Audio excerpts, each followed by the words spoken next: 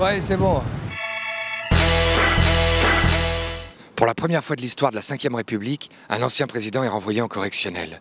Jacques Chirac est accusé d'abus de confiance et de détournement de fonds publics pour 21 emplois présumés fictifs lorsqu'il était maire de Paris. Il risque jusqu'à 10 ans de prison et 150 000 € d'amende. Jacques Chirac devant un tribunal qui risque de la prison, ça fait pas un peu désordre, ça? Allons voir ce qu'en pensent les députés.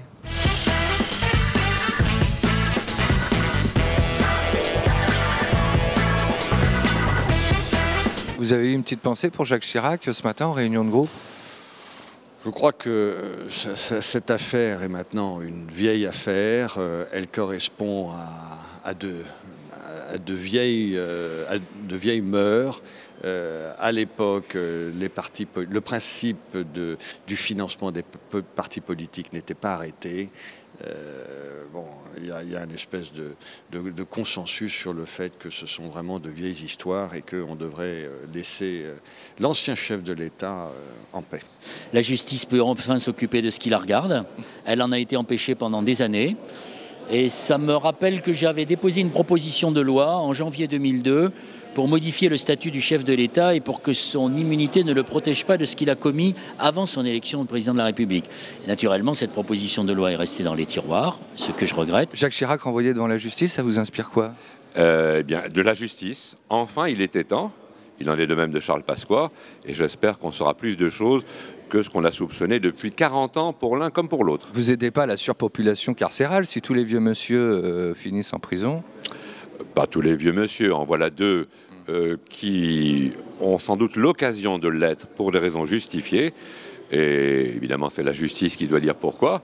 Mais la surpopulation carcérale, eh bien, on trouvera des moyens de les loger. Je pense qu'ils seront d'ailleurs plutôt du côté des VIP à la santé. Et peut-être tous les deux dans la même cellule? Ça serait intéressant.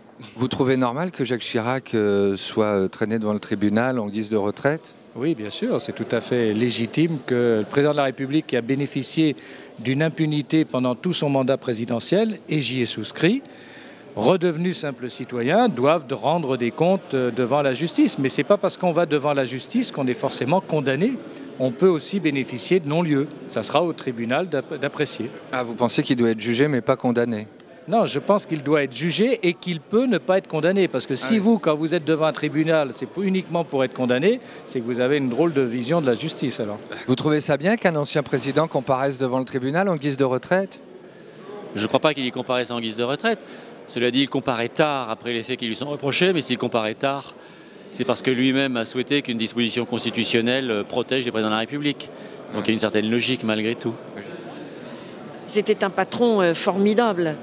Donc moi je lui en garde vraiment là une reconnaissance, une vraie reconnaissance. Sans prendre position, vous sous-entendez quand même qu'on ne devrait pas s'arrêter vraiment? Je ne sous-entends rien du tout, je reconnais ce que je sais, c'est-à-dire qu'il a été une chance pour Paris. Si Paris a été une chance pour lui, il a été une vraie chance pour Paris, ça c'est sûr.